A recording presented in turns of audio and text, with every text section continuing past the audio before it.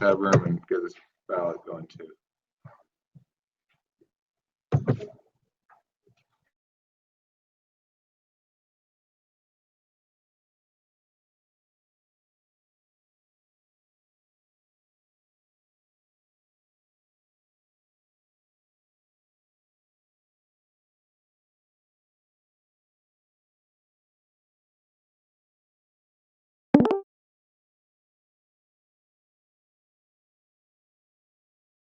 To judge. That's interesting. Maybe we put like one kid that's on the side of them. Let's see.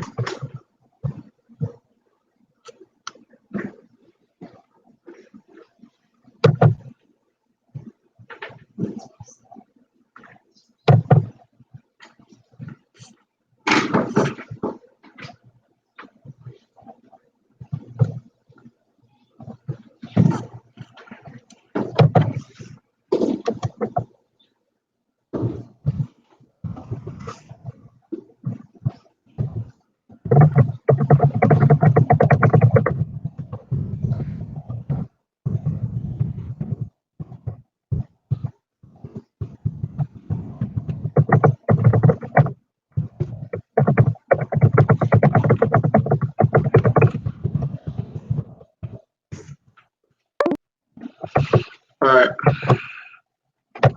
If they don't reply to my email in a couple of minutes here, then I'll go down there and talk to them.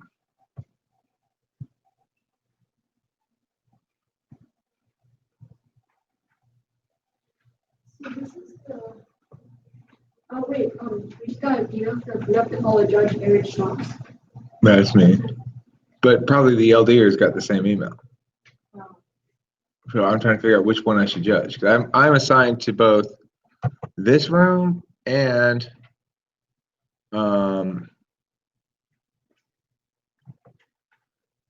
CB 207, Parker versus NEG American Heritage. See, round 5, round 5. I got 2 assignments. What's this other room? The other one's at 207? 4:15, 207, so the 4. I can't be in both places at once, so I gotta wait for them to So this reply. is the, the round our head coach sent. Yeah, And I see your name once. that's because the PF. Those are the PF postings. This is LD. Oh, gotcha. Okay. You guys are on line. Yeah, we're. So you're bound too, right? No, that's Georgia, right? Oh, you guys were Georgetown, right? Yeah. Oh, yeah. Right, you guys. You're Georgetown too. I didn't go to I didn't go to tomorrow. You guys got covered? No, we went to Stanford. It was a Stanford. Oh, really? Oh, was it? I was really confused. They weren't that far apart though, so you have to either choose one or the other, basically.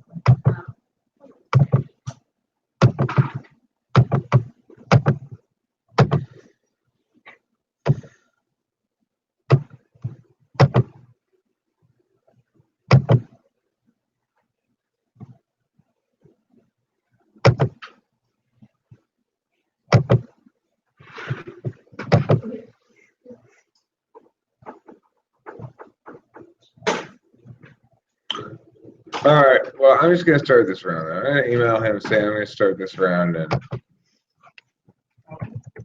he'll figure it out.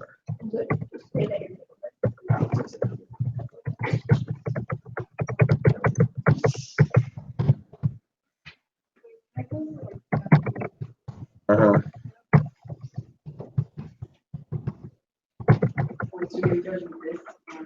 No, I'm just gonna judge this one. I'm telling Tab about it right now that I'm just gonna make an executive decision and judge this round, unless I get an email before he comes back from the bathroom.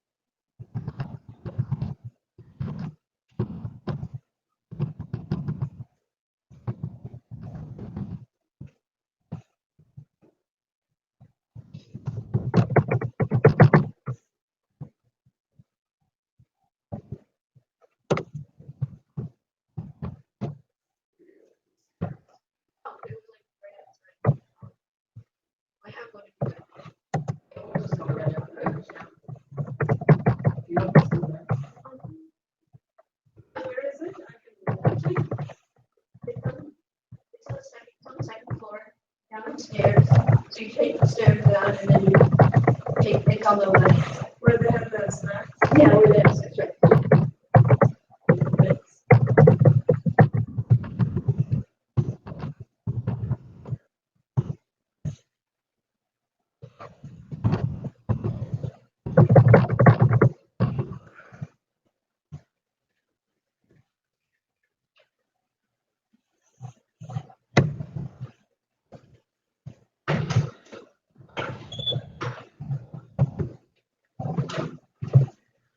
All right, let's go ahead and start it up then.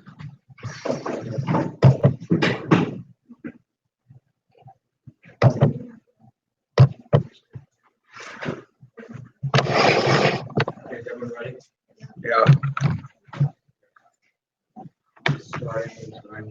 As a Clinton report, why not negate the resolution? United States ought to replace the Electoral College with national public vote. First framing. The framing for today's debate should be practicality, meaning that we should analyze the real world practicality of a national public vote. We're on the topic of practical action. The encyclopedia of philosophy explains that on implies can, what cannot be obligated to do unless the question is doable. For instance, there is no sense in which I'm obligated to single-handedly solve poverty because it is not within my power to do so. Therefore, before changing the national public vote system, Pro must prove the practicality of the change by meeting these burdens. 1. The constitutional amendment will pass. Republican, red states, and congressmen will support the movement for full congressional approval. 3. Small states will willingly give up their existing political influence. Pro must first prove that the above are possible core arguments for the benefits of the system. This should not be advocating for something impossible, impractical, and unrealistic. Contention 1, political impracticality. A national public vote will not realistically happen for two political reasons. A, non-existence of bipartisan support. As Nate Silver notes, only Democratic and blue-leaning states have shown support for a national public vote. All the states joined so far are blue. Until red states sign on the compact, has little to conquer. And Mark Justice Stern adds that state size affects support too. Small states like Wyoming are not going to voluntarily relinquish their outsized influence, while red states like Texas are not going to risk sending their electoral votes to a Democrat. And it's difficult to envision enough swing states joining the compact to give it legal effect. Avoidance of support by conservative politicians and states will continue due to gerrymandering. Stern continues, GOP-led gerrymandering has ensured Republican control for the future. It isn't really realistic to imagine states erasing the electoral college. The compact requires a long political slog. B, requirement of a constitutional amendment and congressional approval. Aaron Blake writes, it's supremely difficult to overturn the electoral college because it's in the Constitution, but the House and Senate would need to vote to repeal it via constitutional amendment, and then 3/4 of state legislators would need to ratify the amendment. This proves eliminating the electoral college is nearly impossible. Constitutional amendments are nearly impossible to pass. Eric Poster said, 11,000 amendments have been proposed, but only 27 have been enacted. Since 1971, only a single amendment had been ratified, and that ratification took place 2 to 3 years after the proposed amendment was submitted. Contention 2, benefits of the electoral college. First, recounts in the electoral college, if they happen, are far easier to resolve. Trent England explains, there's no need for nationwide recounts with the electoral college. Any question is isolated within individual states, rather than creating a national crisis. And recounts are something the status quo avoids. Just look at what would have happened in 1960 had a popular vote been in place. Robert Hardaway warns. The popular vote in the 1960 election was the closest in American history. Had a popular vote system been in place, recounts would have had to have been held in more than 42,000 voting precincts. After several years of court cases, challenges in every state, and no certain result, the presidential election would have been an atmosphere of constitutional crisis. Second, we cannot stand by the current electoral college because it lowers voter fraud.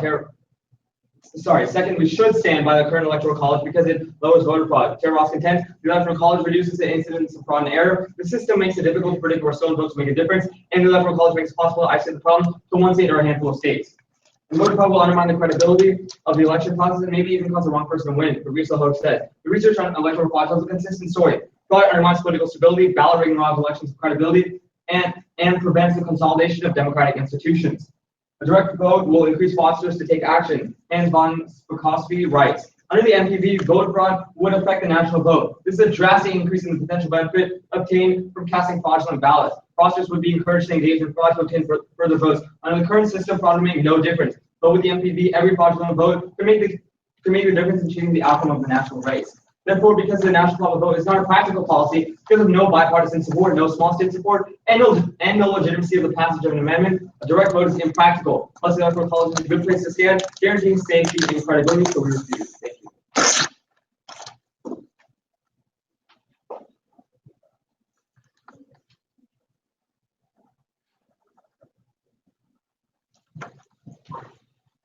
What was your name? Okay. And you guys are con first, okay. Yes. All right.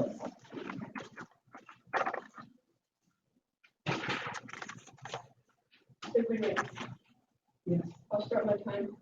3, 2, 1. Kevin and I affirm America was built on the foundations of democracy. Whichever side can uphold its principles of individual voting rights should win. We define ought as a moral obligation. Contention one man, one vote. We believe that every American should truly have one equal vote, as guaranteed by our Constitution. Kansas signifies that the one person, one vote requires that all voters have approximately equal voting power, supporting swing states. So since the only states that the people's vote actually count in the presidential election. Algeria states that the fate of the next president is in the hand of 9 states. While other states, Arizona, one of the swing states, has about 480 times more vote power than a non-swing state like Maryland. The problem is only people in swing states are getting the special treatment. IPS finds that campaigning ads are focused on swing states and added states and money is multiplied by 6 times within a span of a month within swing states. 2/3 of presidential candidates is in just 6 states. BCC News points out that these candidates tend to focus on swing state issues more than anything else. House Associate People's President, subpoint voter suppression, many areas of electoral college suppressing voters. Fox states the one primary reason people don't even register vote is because they don't believe that vote actually matters. This is a problem that only exists in the electoral college. There's just from a winner takes all, and the fact that electors are not the people have the final say. This is a problem because Princeton explains that low voter turnout means citizens are not being encouraged to express their opinion. This is furthered by USC, which finds that more turnout means more policy in their favor.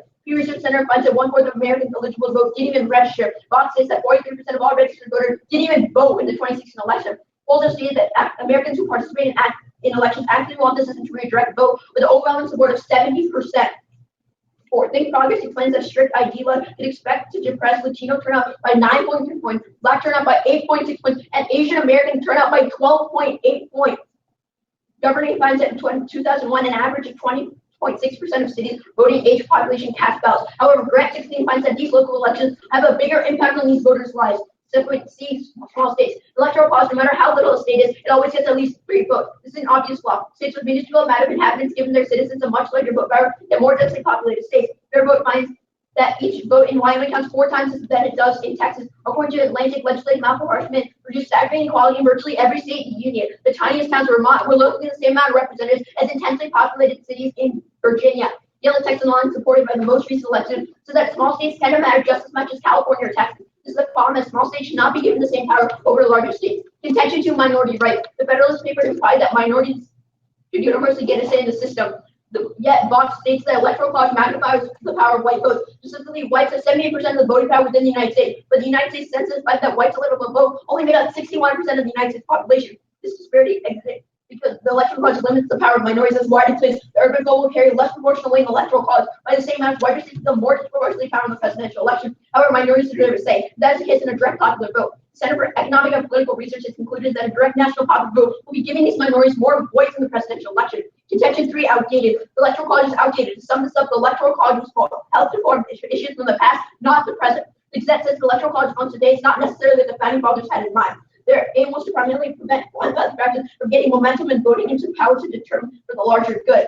The electoral college implemented to refine individuals more intelligent than the common man in the 18th century. Unless my opponent can provide reason why 538 electors give me the voice of 325 million people, the electoral college should not exist. The impacts of outdated are perception of fairness. Parker 16 finds that 4 out of 5 Americans exercised no real electoral voice in the 2012 election. Birch finds that perception of electoral integrity are indeed positively associated with prosperity of the vote. Contention 4, backlash. Many people nationally and internationally categorize a scenario in which the president loses the popular vote, yet was a political against the electoral college political figure. When these scenarios rise, first there's many backlash, but beyond this point, there's a direct source of tension, which is cause of protest. Not just the protests that represent democracy, but the protests against the fundamental, with the intent of changing the system, as advocacy as Columbia University finds that 44% of the world's protests are due to these problems. Connection 5, legitimacy. Electoral college has produced an illegitimate president 5 times in election history. Before it claims that the decreased perception of fairness and voting leads to distrust in the government. Trust among Americans fall by 61% over the last half century and now stands at 19%.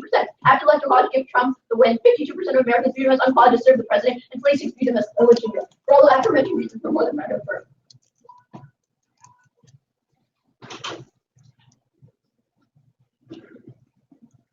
Okay, so let me just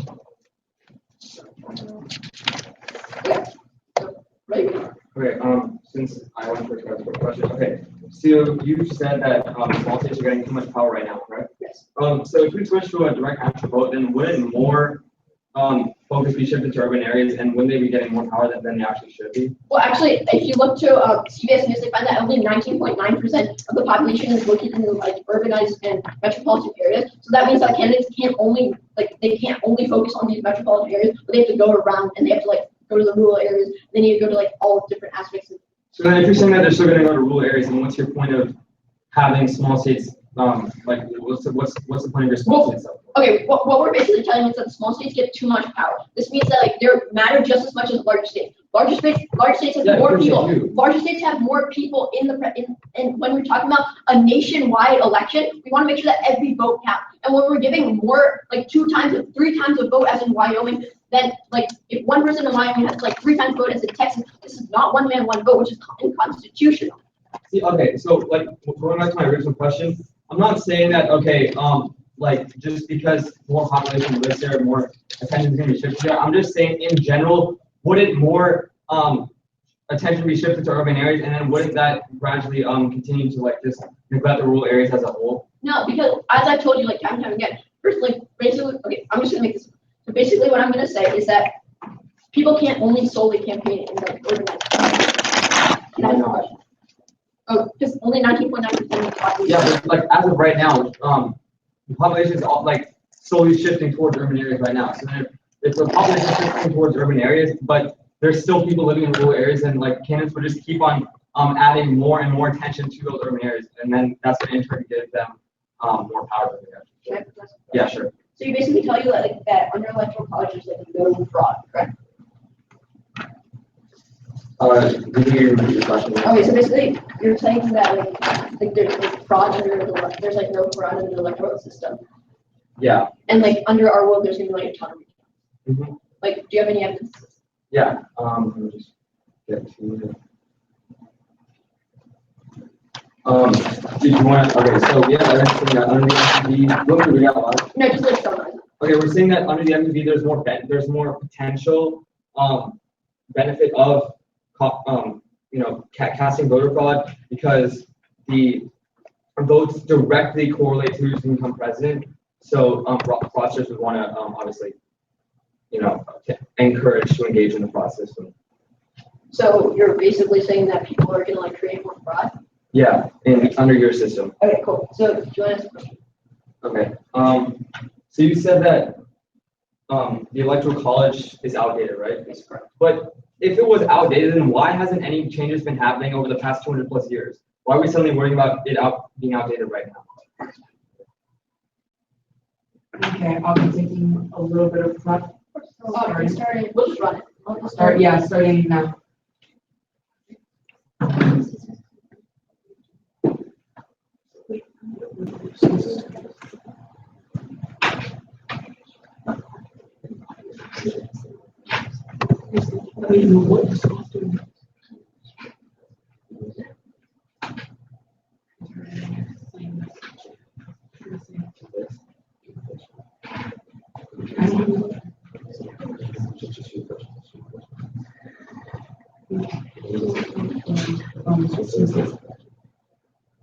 Okay, stop prep. Oh, okay, that was 35 seconds. Yeah.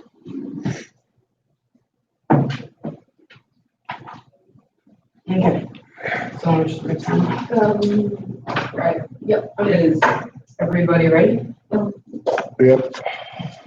Okay. First, I'm going to respond to the first argument of swing states. One, swing states are diversifying. States like Arizona, Georgia, Colorado, Nevada, Florida, and North Carolina all have large and growing minority populations that will only continue. Two, swing state voters are more informed. Judge Richard Posner argues that voters in the top states are more likely to pay attention to the campaign. They're likely to be the most thoughtful voters on average, and more thoughtful voters should be the ones to decide the election. Now moving on to the second subpoint of voter suppression.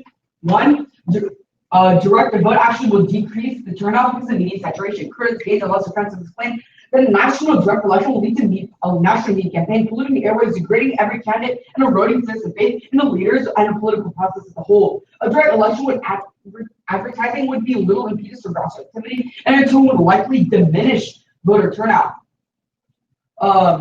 Two, it's inevitable. There are tons of reasons why voter turnout will always be low and magical. It says that the U.S. Census Bureau releases a report about voting in 2012 election. Many of the people who don't vote are outside the realm of policymakers fixing.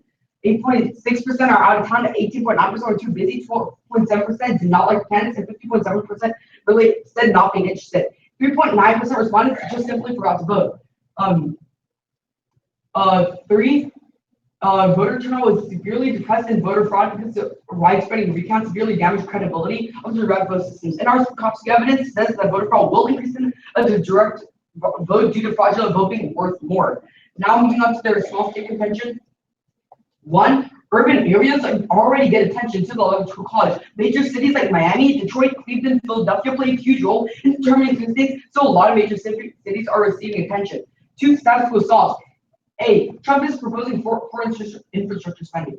Jacob Cochran of CNBC reports that Trump on Monday pledged big infrastructure spending. Trump said we have potholes of all on our highways and our roads, so we're going to take care of that infrastructure. We're going to start spending infrastructure big. B, major cities already have a ton of homeland security funding. Henry Graber of Slate reports that over the past 7 years, the Department of Homeland Security have given billions in anti-terrorism grants in the largest cities in the world. New York City has received more than $650 billion in UASI funding. Chicago to over $200 million. Philadelphia over $70 million, and Detroit over $20 million. This is plenty enough.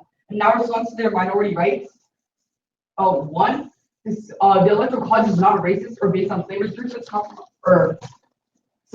One, a direct popular vote causes even more discrimination for multiple reasons. A, white people are a majority in the U.S. According to the most recent U.S. Census Bureau, 63% of America's whites are the national vote with the largest voting bloc, which gives the most influence. Minorities would be ignored and have a lot less influence. B, voter ID laws would be standard. Currently, only some states have discriminatory voter IDs. D laws, but under the popular vote, the federal system will actually have 50 states. A lot of discrimination in all 50 states happen. Now, in response to outdated, it's actually not outdated. Back then, it was to create equal between North and South, and now it's for rural and non-rural areas, because if you switch their system, rural areas will not get a say at all. In response to backlash, one, even if there is backlash and stuff, no matter what, some people are not going to be satisfied. So in either system, there's going to be some type of backlash, so it doesn't matter. And 5, legitimacy is upheld in both systems, because in our system, or is like not good in either system, because in their system, legitimacy, people are going to be like, oh, it's like bias for tyranny of the majority, but in our system, it'll be what they're saying. And now in response to their framework of democracy, we can't focus on democracy if we have a moral obligation, or not a moral, if we can't do something, as we show in our framework, if you can't do something, you shouldn't be able to do it. Thank you.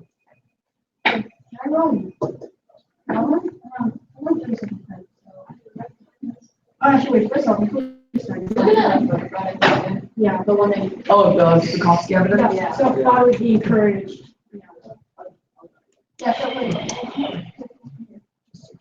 Yeah, so time will begin once we. Like, Yeah. No, I got it. Just search.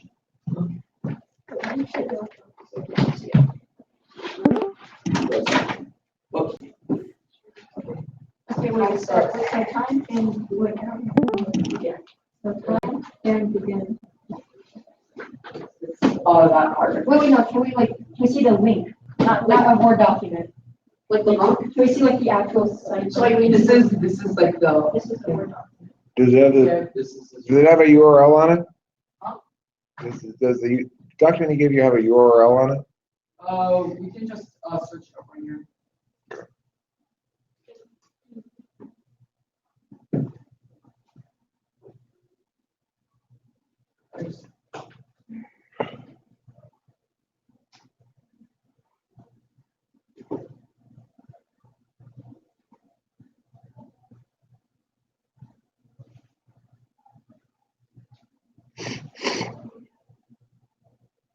Okay, so time and now. Yeah.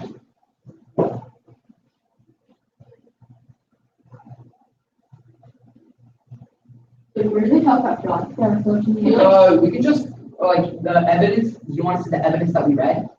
Sure. Okay. The evidence that we read is in the Word document. Yeah, that's what we were doing because that's the part we read, but and it's kind of long.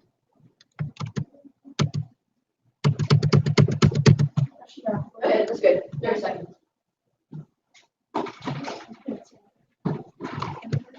Okay, so I'll just start the video for 15 seconds to get my podcast.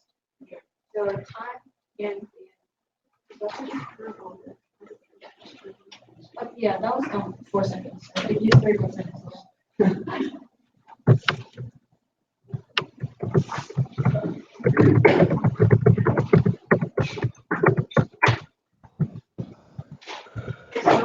that's sure. Yeah. So it's really not like. I'll be discussing framework. And after framework, I'll be going down this flow. When time permits, I'll be going over my cleanser one. So with that being said, okay, so they define ought as practicality. So then my questions are our source of ought. But continue on, practicality should not be the premise of today's round. First of all, just because something is infeasible, it shouldn't outweigh morality. If something is more moral, we should be doing it as it helps the average citizen. Because you go on, 100 years ago, curing cancer/HIV was impossible. But did we stop? No, we continued. We pushed this thing because we actually cared about it because many people thought that this was a good idea and we have to push it. And now, curing cancer is now a possibility. Just because some people might think, oh, this isn't infeasible, no, we shouldn't do anything, then our human rights would never progress. So with that being said, we should always just do the thing that benefits us the most. Now, under the direct case. So further contention one to talk about constitutional amendment was passed that they just delaying what took 20 or 30 years. Well, if you look, amendments are actually still pretty active. Like the latest amendment, there's just so many amendments in the 20th century, they don't let them use this thing that says the amendments introduced 230 years ago, build that for you. Amendments are still active and constitutional still adapting. But continue on, they say that there are no bipartisan votes, all states don't join. Well, first of all, they don't provide, oh yeah, Democrats don't want it or Republicans don't want it. They're just saying, oh, in theory, this shouldn't Congress won't accept it just because the fact that they hate each other. And continue on this, so they continue by saying that the Electoral College just says that recounts. Well, here's the thing, recounts isn't nearly as big as the issue as they're saying. So they started 1960 recount. 1960 technology expanded, and as Wirefine's election system in the U.S. has started to encrypt the files, making technological recounts not impossible. And TechCrunch's advanced technology will directly just improve the recounts. And so with keyword there is improve. So basically, it will take a little time, because have you seen any major recounts? 2016, 2012, 2008, 2004? No, you haven't seen any breaking news. And also the Wired finds encryption, so we can also assume that voter fraud won't be a big issue. Also, when they cite voter fraud, they're saying the probability. Now, although they have an evidence that says probable, we argue the fact that just because I'm just arguing the fact that literally the impacts are not unique. Like currently, Electoral College, you can probably reason why there's less voter fraud. This says less of an impact, but actually, if you were to use voter fraud in swing states, you would literally have in Wyoming a chance of your vote being a key difference is 1 in 3,500 something.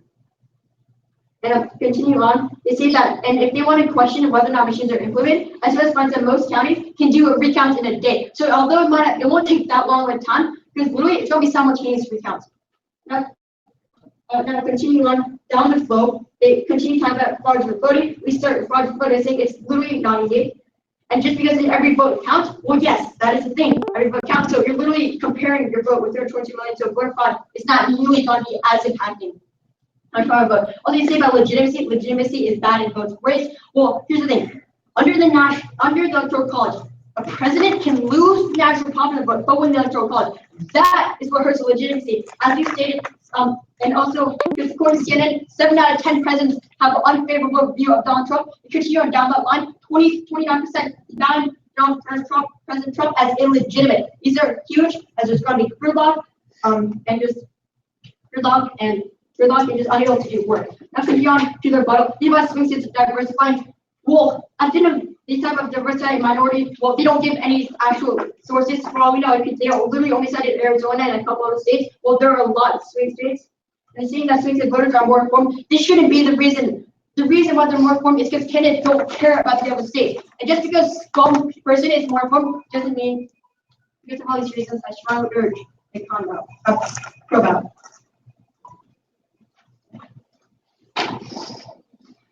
You ready for crosswalk? Yeah.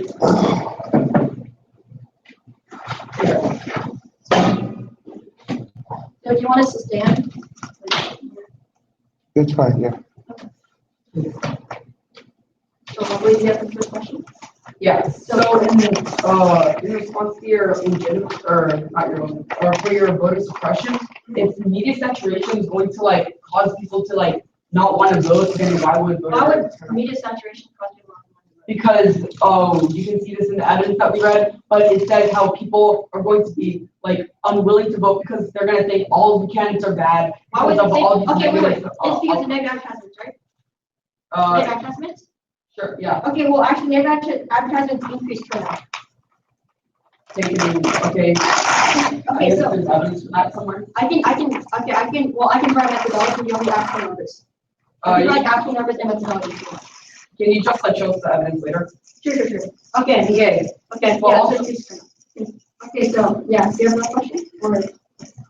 Or, You can ask a question. Okay, That's how yeah. it's supposed to go. so when you go saying, you go ton by saying major cities have tons of funding, I don't really understand why this like correlates to population centers, or just like means anything, sorry. In your swing states, you stated how like it's not fair because these swing states are getting all the funding, correct? Swing states have more disaster relief. Yeah, they get all this, There's all this there's extra funding, but we're showing They're you literally that. getting more lives for change, literally. Okay, but like we're showing you here how like other places are getting funding, if just as much, if not more funding than the swing states. Okay, wait. So let us think very logically here.